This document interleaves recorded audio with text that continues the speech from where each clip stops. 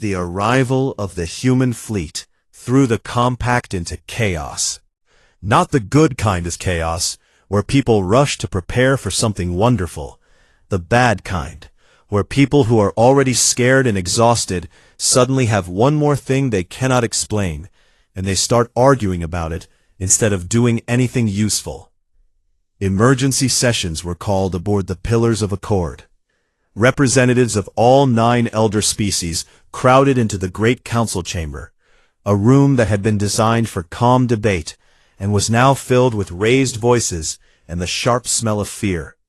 They argued for 3 days straight. The Dravon delegate, a towering figure of living crystal named Orath Soon, was the loudest voice against the humans. He stood at his full height, which was considerable, and declared that the entire thing was a Darkall trick. The swarm had somehow built ships that looked alien, and filled them with biological puppets designed to look like the creatures from the old myth. It was a trap, he said, and anyone who trusted these so-called humans was a fool who would get the rest of them killed. The Cathari were more careful in their thinking. Torush Vel had spoken to the human admiral directly. He had looked into those small forward-facing eyes and seen something real. He did not know what to make of the humans yet, but he was not ready to call them a lie. The Selvii, who had first detected the signal, quietly suggested that perhaps the compact should at least talk to these newcomers before deciding to reject them. After all, the Selvii pointed out, the compact was losing the war. What exactly did they have to lose by listening? While the politicians argued, the humans waited. Admiral Cole Beckett kept his fleet at a respectful distance from the compact's defensive perimeter and did not push. He understood that trust was not something you could demand. It had to be earned, and earning it took time they did not really have. But pushing too hard would only make things worse. Aboard the Valor, Cole met with his senior staff in the ship's war room. It was a practical space, all metal and screens, with none of the elegance that the compact species seemed to put into everything they built. The walls were covered in tactical displays showing the current state of the Darkall advance, and none of what they showed was good. His executive officer was Commander Nora Beckett, his younger sister. She was shorter than Cole by a head and sharper than him by a mile, and everyone in the fleet knew it. She had spent a 3-year journey studying everything the fleet's long-range sensors had been able to pick up about the compact and the Darkall. She knew the tactical situation better than most of the compact's own commanders, and what she knew worried her. "They're not soldiers," Nora said, pulling up fleet disposition data on the main display. "Most of these species haven't fought a real war in thousands of years. Their ships are beautiful, their technology is advanced, but their tactics are built around caution and preservation. They fight to not lose. That doesn't work against an enemy like the Darkall." "Then we teach them how to fight to win," Cole said. Also at the table was Captain Lucas Grant, who commanded the Marine assault carrier Ironcrest and the 5,000 combat Marines aboard her. Lucas was a big man, with a quiet voice and hands that looked like they had been built for breaking things, which they had. He had been a Marine for 22 years and had fought in 3 different conflicts before the fleet had set course for compact space. He did not say much, but when he spoke, people listened. The 4th person in the room was Dr. Hannah Mercer, the fleet's chief science officer. Hannah had spent the entire 3-year journey studying every piece of data they had on the Darkall, and she had found something interesting. The swarm was not just a collection of individual creatures acting together. It was a network. Every drone, every interceptor, every siege organism was connected to a central relay structure within each swarm cluster. The relay coordinated their movements, their tactics, their adaptations. Without it, the individual units would lose cohesion and fall apart. "So we destroy the relay and the swarm collapses," Lucas said. "In theory," Hannah replied. "The problem is that the relay is always buried deep inside the swarm mass, surrounded by thousands of defenders. Getting to it would mean punching through the entire outer layer of the swarm, and then fighting your way inside a structure that is essentially a living fortress. That's a ground fight, Lucas said. It's a suicide mission, Hannah corrected. Lucas looked at her with an expression that was not quite a smile. For anyone else, maybe. The Compact Council finally agreed to a face-to-face meeting. Torishvel, Orathsun, and a Selvi diplomat called Shallow Current boarded a shuttle and crossed to the Valor under a flag of diplomatic exchange. None of them had ever been aboard a human vessel before. None of them were prepared for what they found. The Valor was not beautiful. It was not elegant. It was not designed to impress anyone. It was a machine built for one purpose, and that purpose was war. The corridors were narrow and functional. The walls were bare metal, scratched and dented from use. Conduit pipes ran along the ceiling where they could be easily accessed for repair. Everything was practical, efficient, and worn. These were not ceremonial ships that had been polished for a parade. These were ships that had been used hard and kept running through sheer stubbornness. Cole Beckett received the delegation in the war room, not a diplomatic salon. He did not offer refreshments or pleasantries. The maps of the Darkole Advance covered every wall, and he gestured to them as he spoke. Here's the situation as we understand it, he began. You've been retreating for 6 years. You've lost more territory in the last 2 cycles than in the previous 4 combined. Your shipbuilding capacity is down to 1 major yard in the Renari system. If you lose Renari, you lose the ability to replace your losses, and after that, it's just a matter of time. Orathsun's crystalline body hummed with a frequency that indicated anger. You presume to lecture the elder species on warfare? Your kind was a myth until 10 days ago. We have histories stretching back longer than your species has existed. Cole did not raise his voice. He did not need to. Myth or not, we brought 600 warships, 80,000 Marines, and 3 years' worth of tactical analysis on your enemy.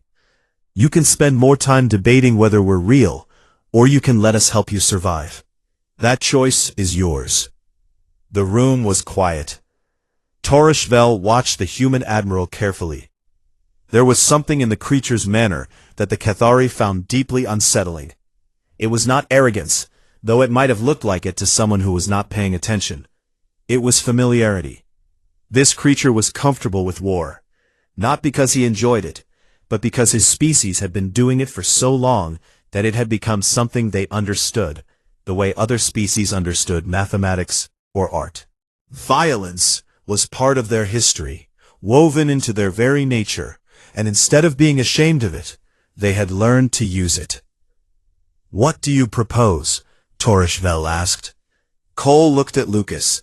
The Marine captain stood, walked to the display, and pulled up a holographic image of the nearest Darkole swarm cluster. It was currently advancing on the Renari system. At its center, buried under layers of drones and organic defenders, was the relay structure. We propose, Lucas said, his quiet voice filling the room, that we go straight through them. Orathsun made a sound like breaking glass. It was the Drauvan equivalent of disbelief. Shallow Current, the Selvi diplomat, leaned toward Nora and whispered in the liquid tones of her species, "Does your brother have a death wish?" Nora looked at the Selvi with a thin smile. "No.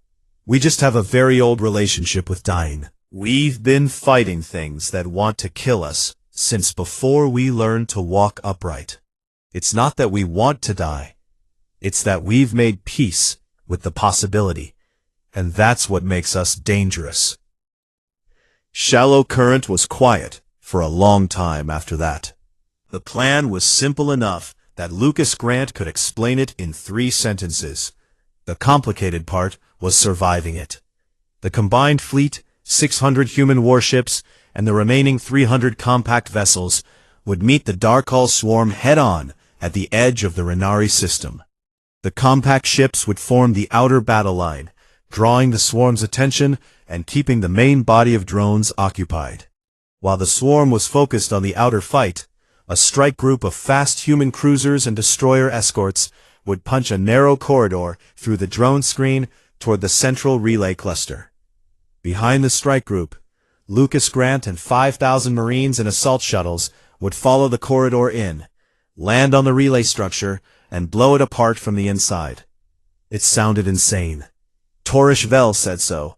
Oraf soon said so, loudly. Even Shallow Current, who had been the most open to the humans so far, said it sounded like something a species would attempt only if it had completely run out of better ideas. "We have run out of better ideas," Cole Beckett replied. "That's why we're going with this one." The preparations took 4 days. Nora worked around the clock, coordinating with the compact fleet commanders, translating human battle doctrine into terms the elder species could understand. It was not easy. The compact fought in careful, measured ways. They maintained distance. They rotated damaged ships to the rear. They prioritized survival above all else. The humans fought the opposite way. They closed distance. They absorbed punishment. They traded damage for position and position for opportunity. The two philosophies were so different that making them work together was like trying to mix water and fire. Hannah Mercer spent the 4 days refining her analysis of the relay structure. She had mapped its probable internal layout using intercepted energy signatures, and she had identified what she believed was the core, the central neural nexus that coordinated the entire swarm cluster. She uploaded the data to Lucas Grant's tactical display and walked him through it 3 times. "The core will be deep inside," she told him, "protected by layers of organic material and defenders. Once you're in there, you won't have communication with the fleet. The relay structure will block all signals. You'll be on your own." "Wouldn't be the first time," Lucas said. On the morning of the battle, Lucas stood in the main hold of the lead assault shuttle, surrounded by Marines in powered combat armor. They were quiet. Not the quiet of fear, though fear was certainly present. The quiet of people who had trained for this moment and were ready for it to arrive. Lucas looked at their faces through the visors of their helmets. Some were young, some were old. All of them had volunteered for this mission, knowing exactly what it meant. "Listen up," he said. His voice was calm and steady. The voice of a man who had done this before and expected to do it again. "In about 20 minutes, we're going to fly into the middle of the biggest swarm cluster anyone has ever seen, land on a living fortress the size of a small moon, and fight our way to its heart. When we get there, we're going to plant enough explosives to crack it open. Then we're going to fight our way back out. It's going to be loud, it's going to be ugly, and some of us are not coming back. But every single one of you is a Marine, and Marines do not stop, not for anything. Understood?" The response came back as one voice from 5,000 throats, a sound so loud it rattled the shuttle's hull plating. At 0400 Standard Time, the battle began. The Darkhall swarm detected the approaching fleet and deployed in its standard formation. A vast, shifting cloud of drone ships and organic interceptors surrounded the relay structure at the center, like a living shield. The swarm numbered in the tens of thousands. From a distance, it looked like a dark stain spreading across the stars, blotting out the light of the Renari system's sun. The compact ships opened fire first. Energy beams lanced across the void, bright and clean and precise.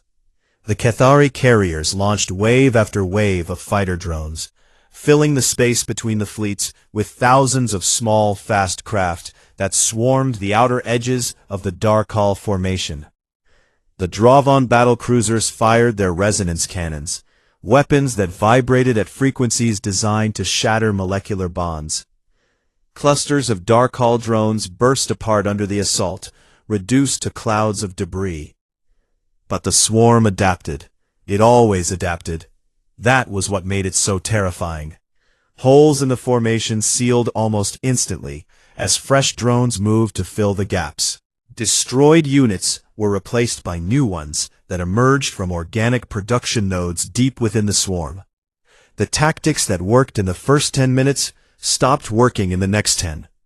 The compact ships fought bravely and well, but they were fighting the same war they had been fighting for 6 years, and it was a war they could not win this way.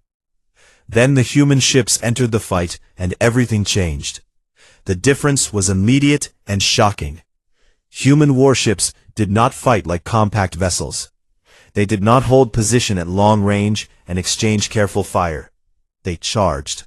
The strike group, led by the Valor herself, accelerated directly into the swarm at full speed. Their heavy armor absorbed hits that would have crippled a Cathari cruiser. Their short-range kinetic batteries, weapons that fired solid metal projectiles at tremendous velocity, tore through the drone screen at close quarters. The sound of the railguns firing was felt more than heard, a deep, bone-shaking vibration that traveled through the hulls of nearby ships. The Valor carved a burning path through the swarm, her forward railguns punching clean through dark hole interceptors. Behind her, the cruisers and destroyers of the strike group followed, widening the corridor with continuous fire.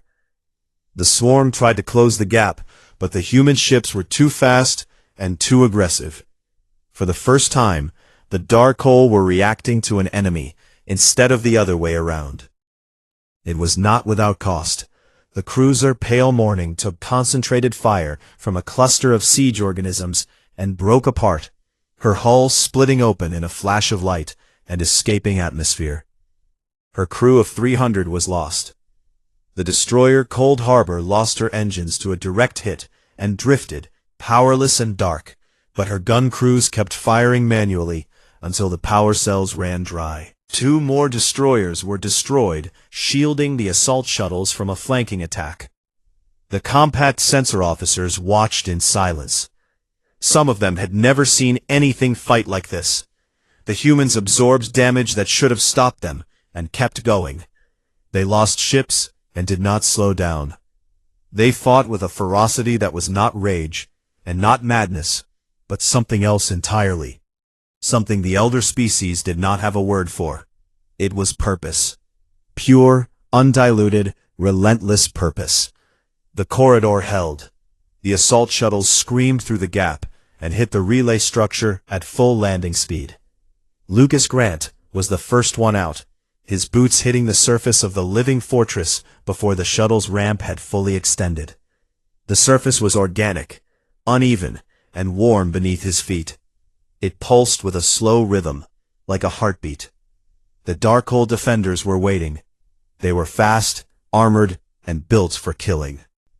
The fighting that followed was close and brutal, and exactly the kind of combat that human beings had been perfecting since the first one of their ancestors picked up a rock and threw it at something that wanted to eat them. Marines fired plasma rifles at point-blank range. When the ammunition ran thin, they used combat blades. When the blades broke, they used their armored fists. Lucas led from the front, fighting through tunnel after tunnel of organic corridors that twisted and turned and seemed to shift around them. The walls were alive. The floor was alive. The air itself was thick and warm, and smelled like something between a jungle and an open wound. His armor's exoskeleton multiplied his strength, and he used every bit of it, smashing through barriers and defenders alike. They found the core after 3 hours. It was a vast chamber, a cathedral of pulsing neural tissue and bioluminescent light. The thing hummed with energy, and Lucas could feel it in his bones, a deep vibration that seemed to reach inside his chest and squeeze. Hannah Mercer confirmed the target from the Valor. That's it. Destroy it, and the whole cluster falls apart.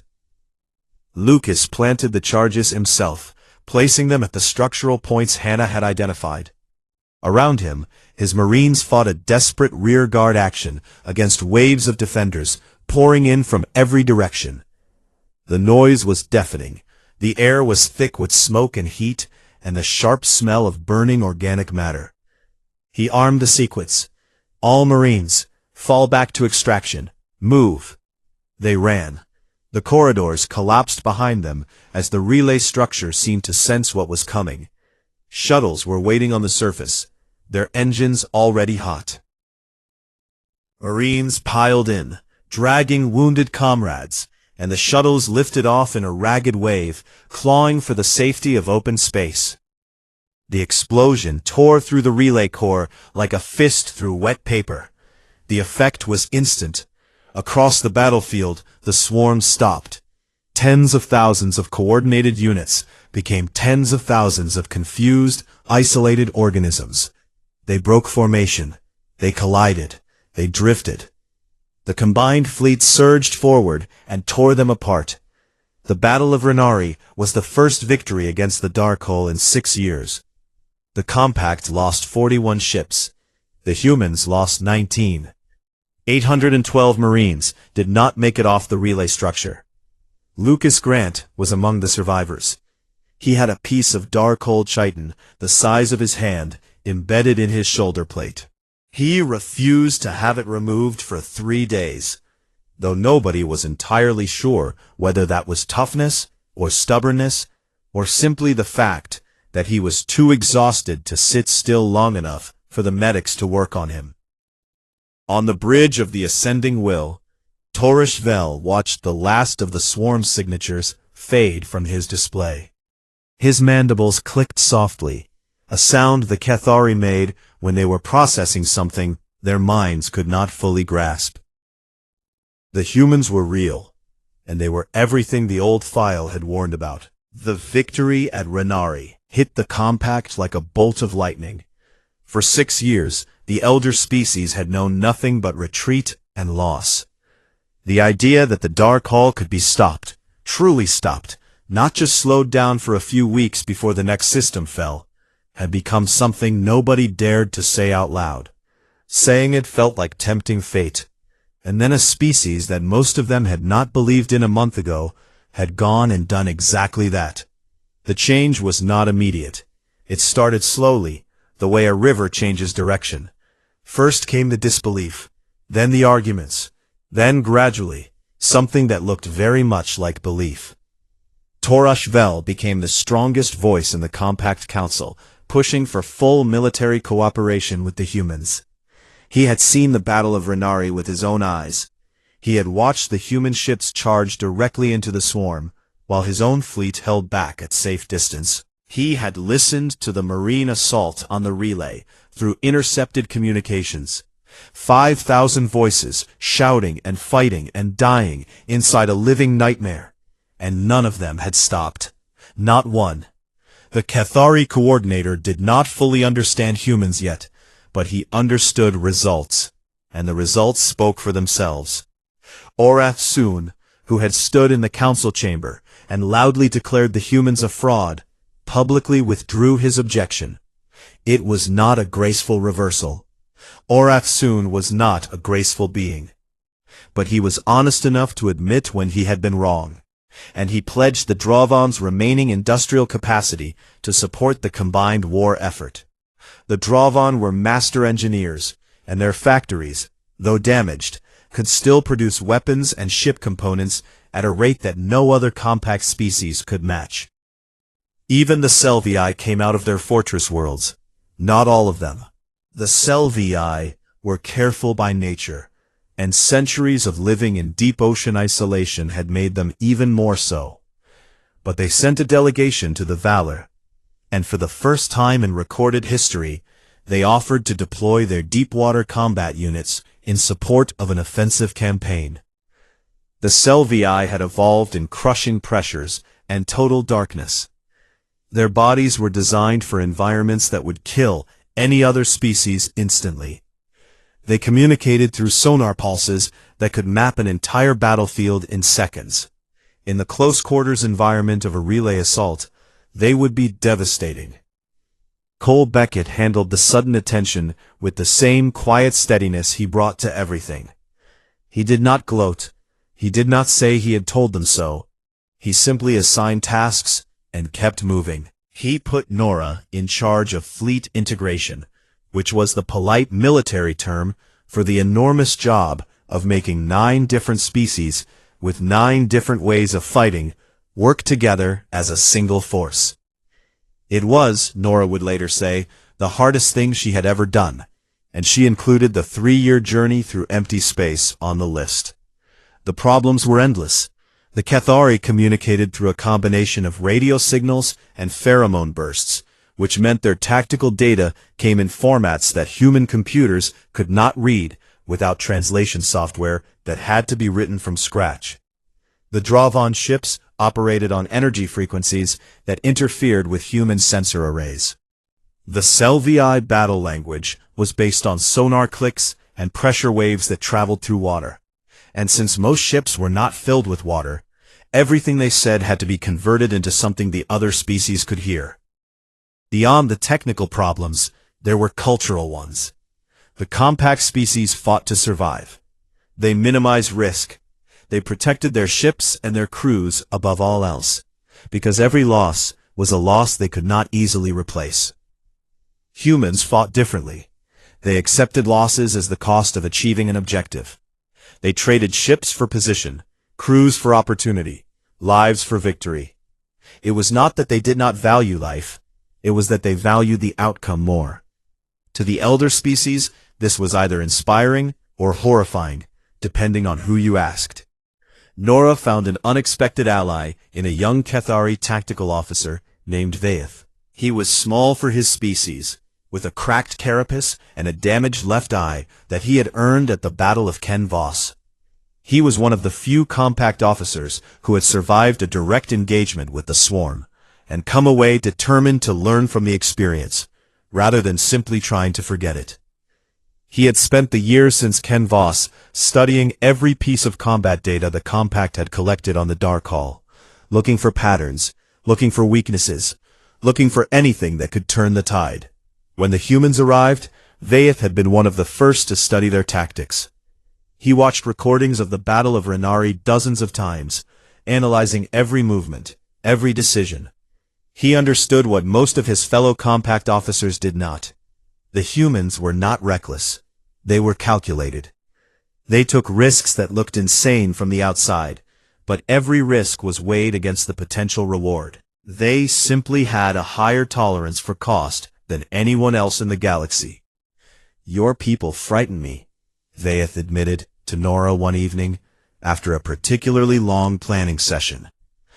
They were in a shared briefing room aboard the Pillars of Accord. Nora was drinking coffee, a substance that Vaeth found chemically fascinating and personally revolting. "Good," Nora said, "because if we frighten you, imagine what we do to the Dark Hall." Vaeth made a clicking sound that Nora had learned was the Cathari equivalent of a grim laugh. While the fleet rebuilt and trained, Hannah Mercer made a discovery that would change the course of the war. The data recovered from the Renari relay, terabytes of biological and technological information pulled from the wreckage by science teams working in hazardous conditions, revealed something that Hannah had suspected but could not prove until now. The Dark Hall swarm clusters were not independent. They were connected. Each relay was linked to the next through some form of faster-than-light biological signal, forming a chain that stretched across the entire occupied territory. And every chain led somewhere. They all pointed in the same direction, deeper into Dark Hall space, toward a single source. "There's a primary node," Hannah told Cole during a briefing, "a central command structure. Every relay in every swarm cluster is connected to it. If we follow the chain and destroy the primary node, I believe the entire Dark Hole network will collapse. Not just lose coordination like at Renari, collapse entirely. Their biology is too dependent on the network to function without it." "You believe," Cole said, "but you're not certain." "No," Hannah admitted, "I'm not certain, but the data supports it, and we don't have a better option." "Cut the head off the snake," Lucas Grant said from his seat at the table. "Assuming it has one head, and assuming it doesn't grow back." Cole authorized the campaign. Over the following months, the combined fleet launched a series of offensive operations, each targeting a Dark Hole relay cluster along the chain Hannah had mapped. The pattern was the same each time. The fleet engaged the swarm. The human strike force punched through. The Marines, now fighting alongside HFY shock troops and Selvi deep assault teams, went in and destroyed the relay from the inside. But the Darkhold were learning. Each battle was harder than the last. The defenses grew thicker. The relays were buried deeper. The swarm began deploying new types of defenders, specialized organisms that targeted assault shuttles before they could land. At the Battle of Severn Drift, a relay self-destructed before the charges could be planted, consuming the entire assault force inside it. 2,000 Marines and 300 HFY soldiers died in an instant.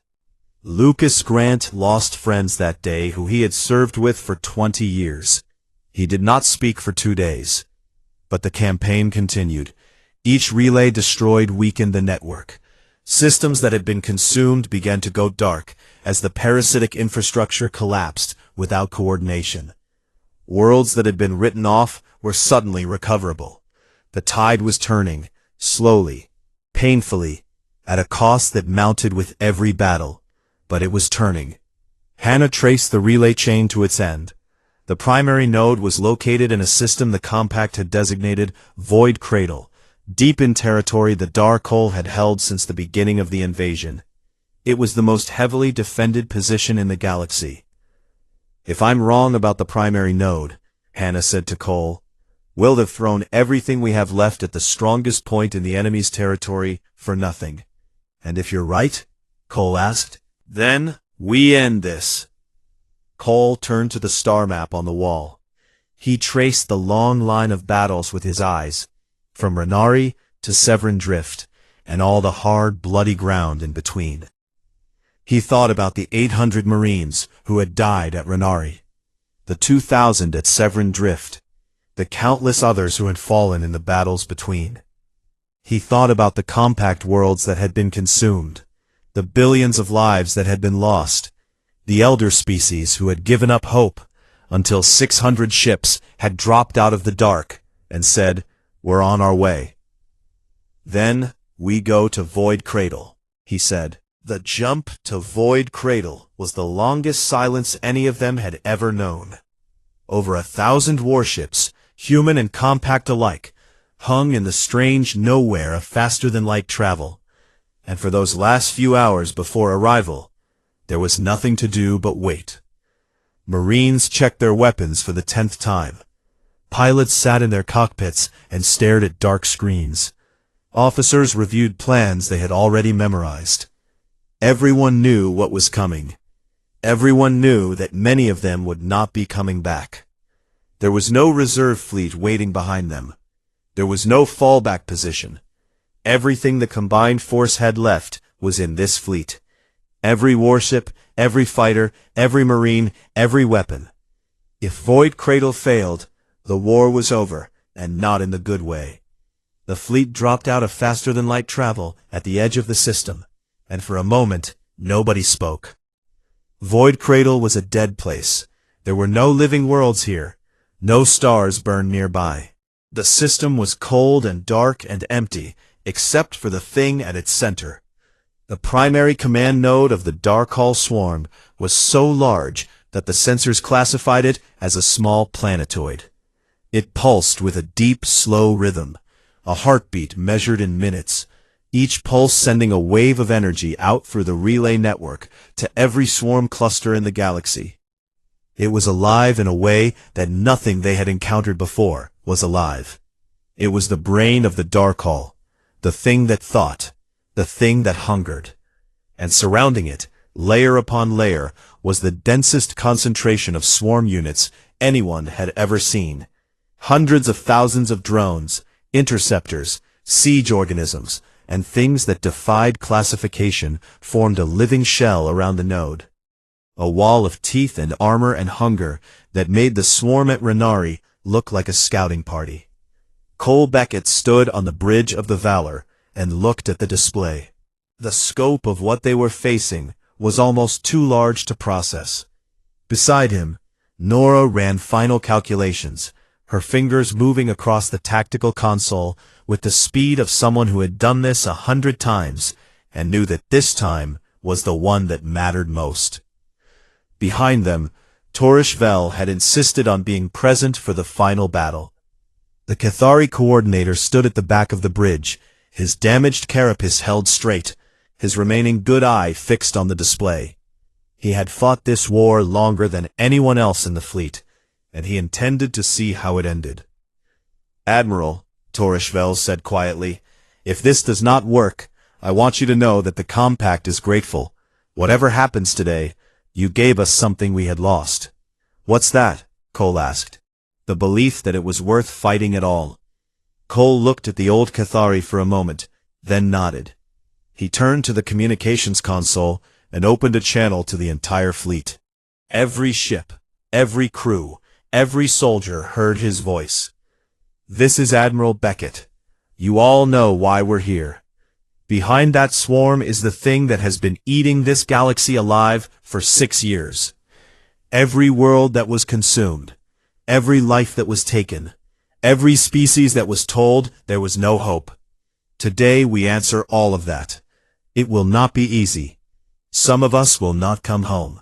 But we did not come this far to stop now. All ships, all crews, all hands, forward." The battle began, and it was unlike anything that had come before. The swarm reacted to the fleet's approach with a fury that went beyond tactics or strategy. It felt personal. The primary node seemed to understand what was happening, that this was not just another battle, but an attempt to end its existence entirely. It threw everything it had at the advancing fleet, with a desperation that none of them had seen before. Ships died in the first minutes. The Cathari carrier, Ascending Will, now commanded by Vaith, took a direct hit from a siege organism that tore her entire port wing away. Atmosphere vented into space. Fires broke out across 6 decks. Vaith, his cracked carapace bleeding from a dozen new wounds, held his ship together through sheer force of will. He rerouted power from damaged systems, sealed the breaches with emergency bulkheads, and continued launching fighters from the remaining bays. He was not going to lose another ship. Not today. 3 Drauvan battlecruisers moved into formation together and began charging their resonance cores to critical levels. Their captains had volunteered for this. They knew what overloading the cores would do. When the charge reached its peak, all 3 ships detonated simultaneously, creating a cascading shockwave that vaporized an entire sector of the swarm, clearing a massive gap in the defensive shell. The gap cost 3 ships and their crews. Every one of them had known the price and paid it willingly. The human fleet fought the way it always did. Close, hard, relentless. The Valor led the charge, her armor being stripped away layer by layer as she drove toward the node. Her railguns fired without pause, the deep vibration of each shot shaking the entire ship. Nora coordinated the strike group from the tactical station, her voice steady and precise, even as the ship shuddered and groaned around her. When a swarm boarding pod breached the Valor's hull on Deck 7, a security team led by a sergeant named Danny Cortez held the corridor for 40 minutes. The fighting was hand-to-hand, close enough to see the light in the dark hull soldiers' eyes as they died. Cortez took a wound to his arm that would have put most people on the ground. He kept fighting with one hand. The corridor through the swarm was opened with blood and fire, and the wreckage of ships from both sides. Lucas Grant stood in the hold of the lead assault shuttle and watched the chaos through the viewport.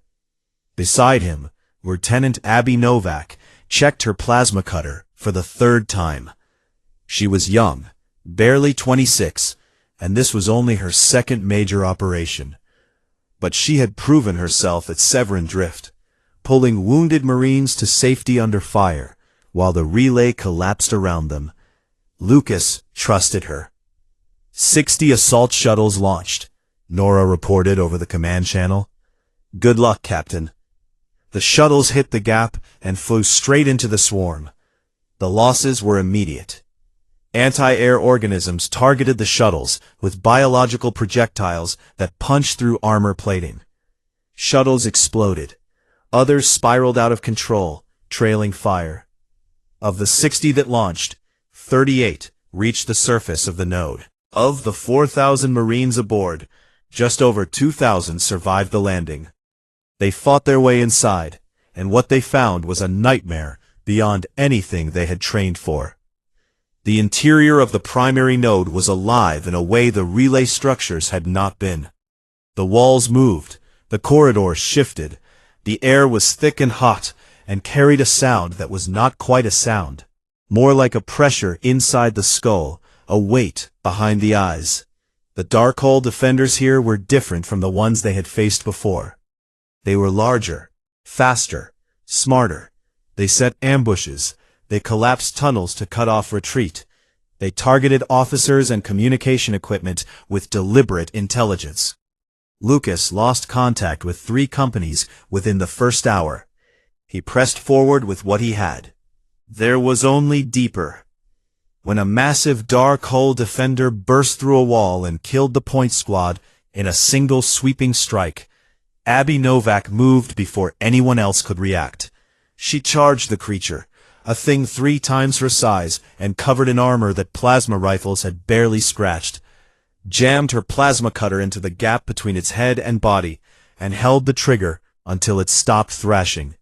She was covered in its fluids when she stood up, breathing hard, her hands shaking. "You're out of your mind," Lucas told her. "Learn from the best, sir," she said. They reached the core after 4 hours of continuous fighting through corridors that tried to eat them. The chamber was enormous, a cathedral-sized space filled with pulsing neural tissue and glowing conduits of energy that branched across the walls and ceiling like the roots of a tree turned inside out. The hum was overwhelming here, so deep it vibrated in their teeth and their bones. This was the center, the brain, the thing that had dreamed of consuming the galaxy and had very nearly succeeded. Hannah Mercer confirmed the target from the Valor. That is the primary node core. Destroy it, and the network dies.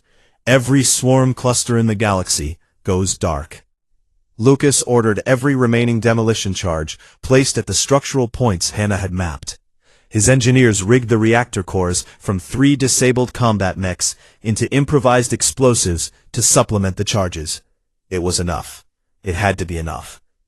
As the charges were armed, the node reacted. The walls began closing in. The corridors behind them collapsed, one by one. Defenders poured in from every direction, more than they had seen at any point in the assault. The node was trying to protect its heart, and it was willing to bury them all alive to do it. Lucas looked at the detonation timer. He looked at the collapsing corridors that were their only route out. The math was simple and terrible. Someone had to stay behind to make sure the charges went off. The node was fighting back. It would try to disarm them, absorb them, consume them. Someone had to be here to trigger the detonation manually if the timer failed. All Marines fall back to extraction, now. Double time. Do not stop for anything. Abby Novak turned to him. She saw it in his face. She opened her mouth. "That is an order, Lieutenant. Get them out." She stared at him for one long moment. Then she saluted, turned, and ran, pulling the remaining Marines with her, driving them through the collapsing corridors with a voice that sounded like his. Lucas Grant sat down, with his back against the wall of the core chamber. His armor was cracked in a dozen places. His ammunition was gone. His body was bleeding from wounds he had stopped counting hours ago. He set the timer to 90 seconds and opened a channel to the Valor. "Cole. I'm here, Lucas. Charges are set. 90 seconds. A pause. The kind of pause that holds a lifetime." "Copy that, Lucas. It's been an honor." "Same to you, sir. Tell Nora she owes me a drink." The channel closed. The explosion was not fire. It was not light. It was something deeper. Something that rippled through the fabric of the node itself and spread outward through the relay network like a signal, a final signal, a command to stop. Across Void Cradle, the swarm stopped moving. Across every system the dark hole had ever touched, swarm units went dark. Drones drifted. Siege organisms broke apart.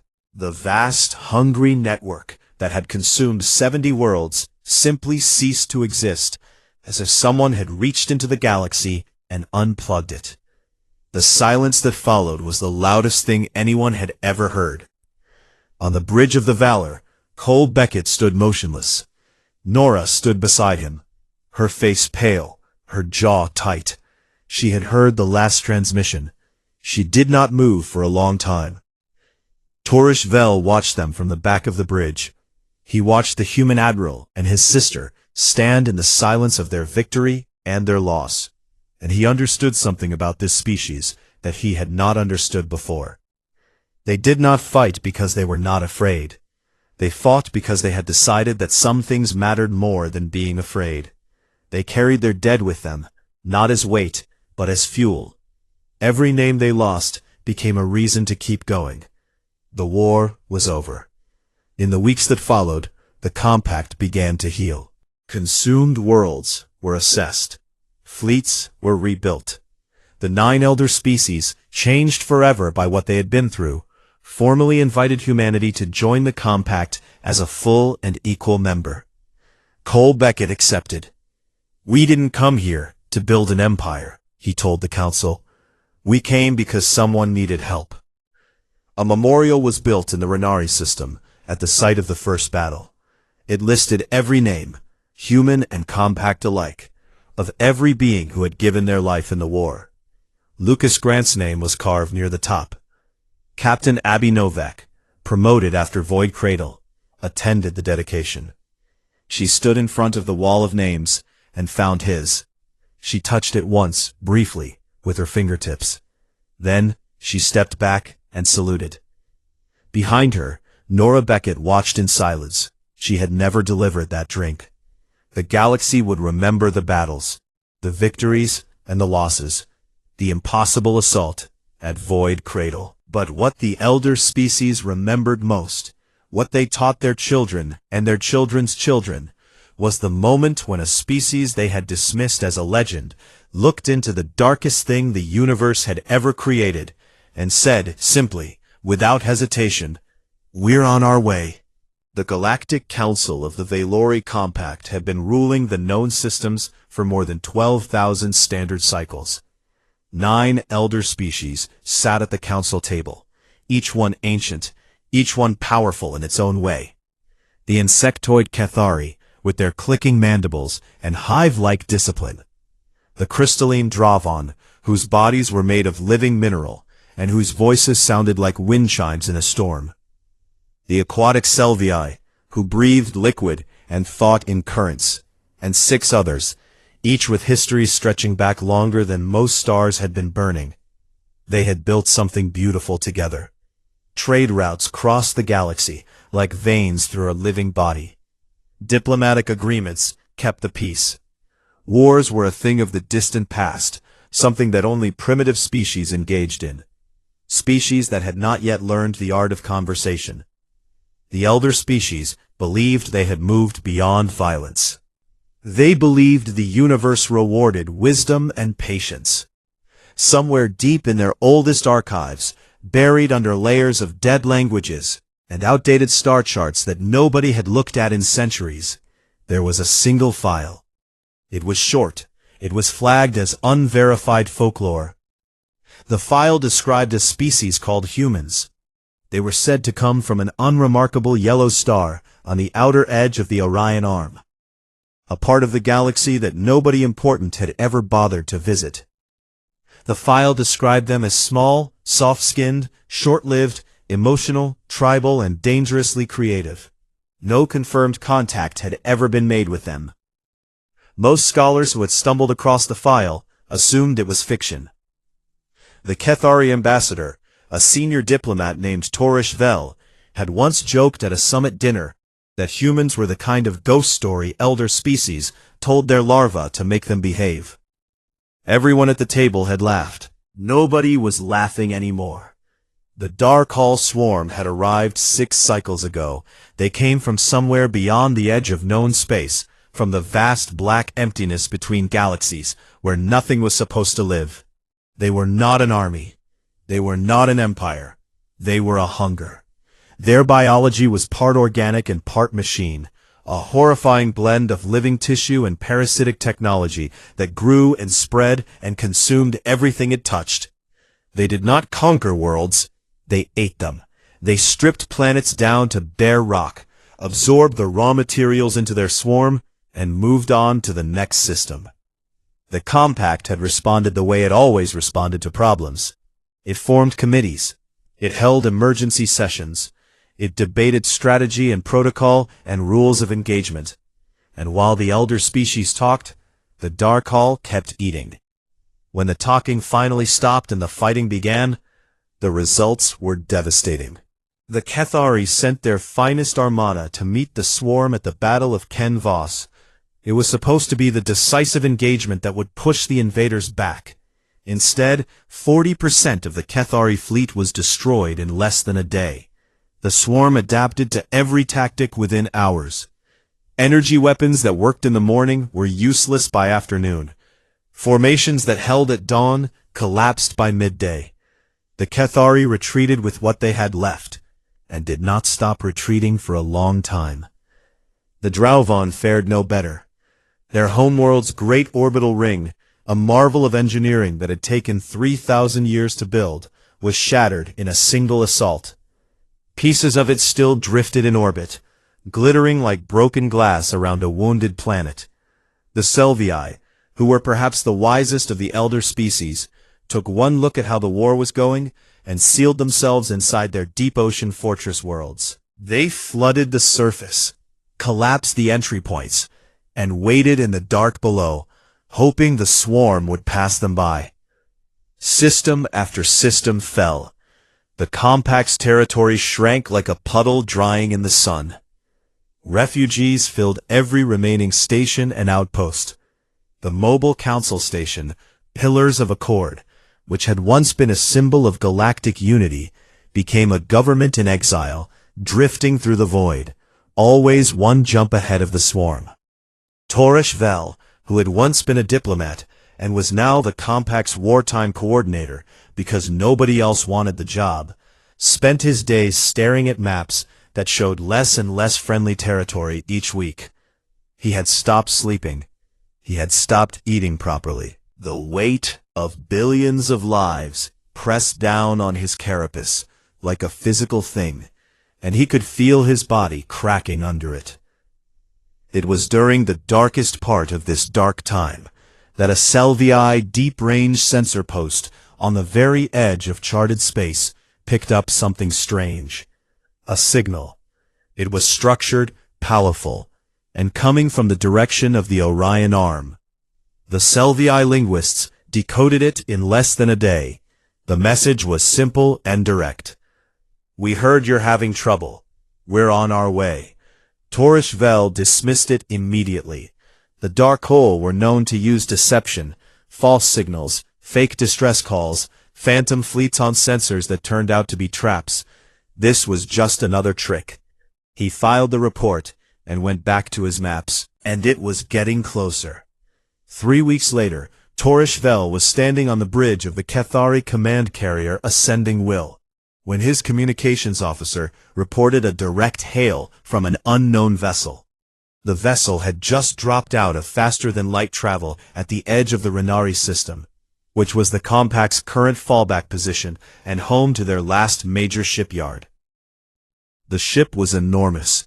It was angular and heavy and covered in thick armor plating. It bristled with weapons in a way that made the Cathari warships look like passenger liners.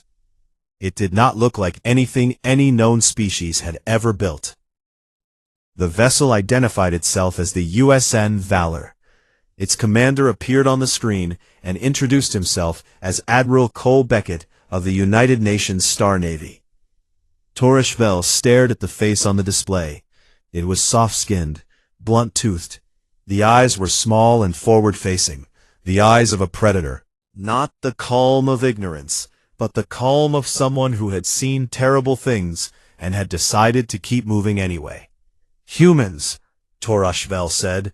The word came out like a question he was afraid to ask. "That's right," the human replied. His voice was steady and unhurried. We picked up your distress signals about 3 years ago.